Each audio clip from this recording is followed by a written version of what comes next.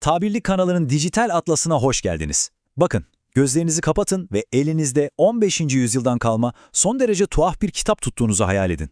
Öyle bir kitap ki bu, sayfaları modern yapay zeka sistemlerine, dünyanın en parlak dil bilimcilerine ve hatta İkinci Dünya Savaşı'nda o ünlü Enigma şifrelerini kıran Alan Turing'in efsanevi kriptografi ekibine bile yüzyıllardır kafa tutuyor.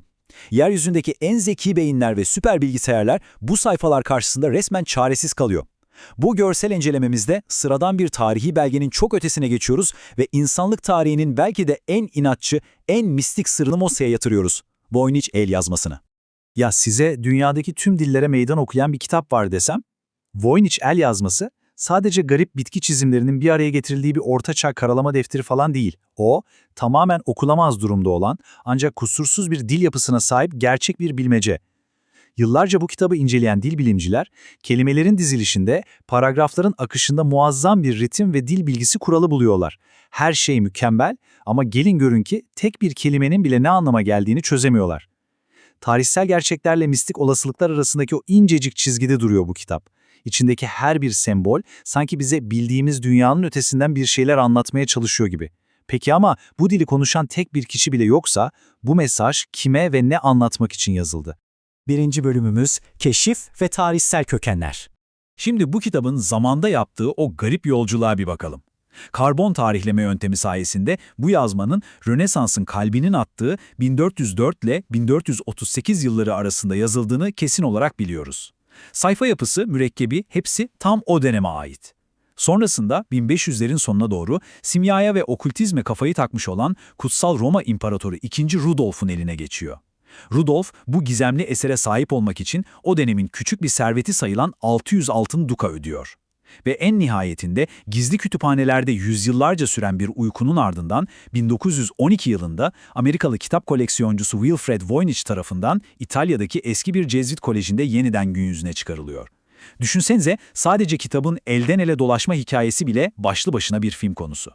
Gelelim ikinci bölüme. Akıl almaz detaylar ve sırlar. Şimdi o akademik tarih kısımlarını bir kenara bırakıp işin biraz daha beyin yakan kısmına geçelim ve bu kozmik soğanın imkansız katmanlarını soymaya başlayalım. Eğer Voynich el yazması sadece birilerinin uydurduğu rastgele sembollerden ibaret olsaydı, modern analizlerle bunu anında çözerdik. Çünkü rastgele yazılan metinler istatistiksel bir kaos yaratır. Ama inanılmaz bir şekilde bu metin Zipf yasası dediğimiz istatistiksel bir kurala birebir uyuyor. Nedir bu yasa? 1930'larda keşfedilen ve şunu söyleyen bir kural, herhangi bir doğal dilde en sık kullanılan kelime ikinci kelimeden 2 kat, üçüncü kelimeden 3 kat daha fazla geçer. Bu İngilizceden Çince'ye kadar dünyadaki tüm gerçek dillerin evrensel matematiğidir. Ve araştırmacılar Voynich'i yapay zekaya verdiklerinde resmen dehşete düştüler. Çünkü o tamamen yabancı kelimelerin sıklığı bu kusursuz, gizli matematiksel formüle harfi harfine uyuyordu. Düşünebiliyor musunuz o tezatlığı? 15. yüzyılda yaşamış bir yazarla 20. yüzyıl matematiği karşı karşıya. Zipf yasası ancak 1930'larda bilim insanları tarafından formüle edilebildi. Öyleyse 15. yüzyılda sahte bir eser üreten biri bu karmaşık matematiksel oranı nereden bilebilirdi ki?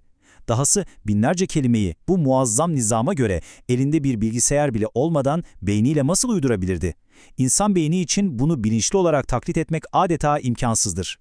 Yani dostlar, bu durum bize metnin rastgele bir saçmalık olmadığını, kesinlikle sistemli, gerçek veya harika bir şekilde şifrelenmiş bir dil olduğunu kanıtlıyor.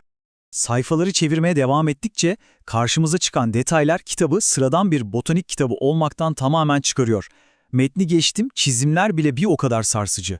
Öyle sadece var olmayan garip bitkilerden falan ibaret sanmayın.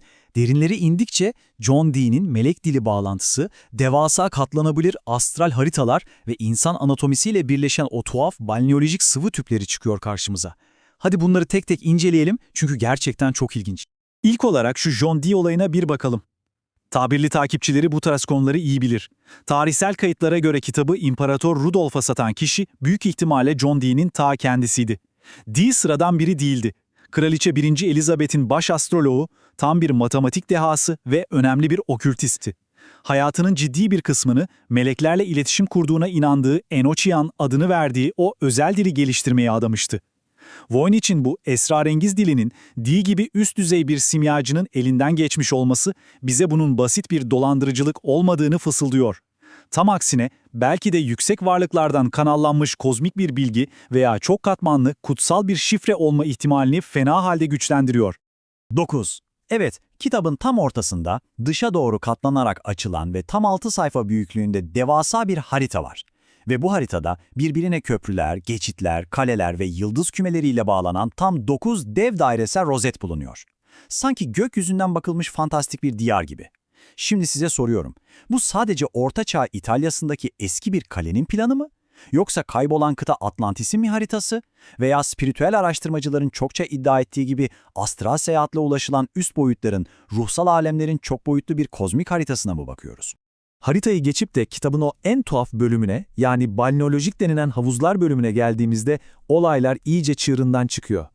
Bu sayfalarda yeşil ve mavi sıvı dolu, adeta insan damarına veya sindirim sistemine benzeyen geniş tüplerin içinde yüzen kadın illüstrasyonları var.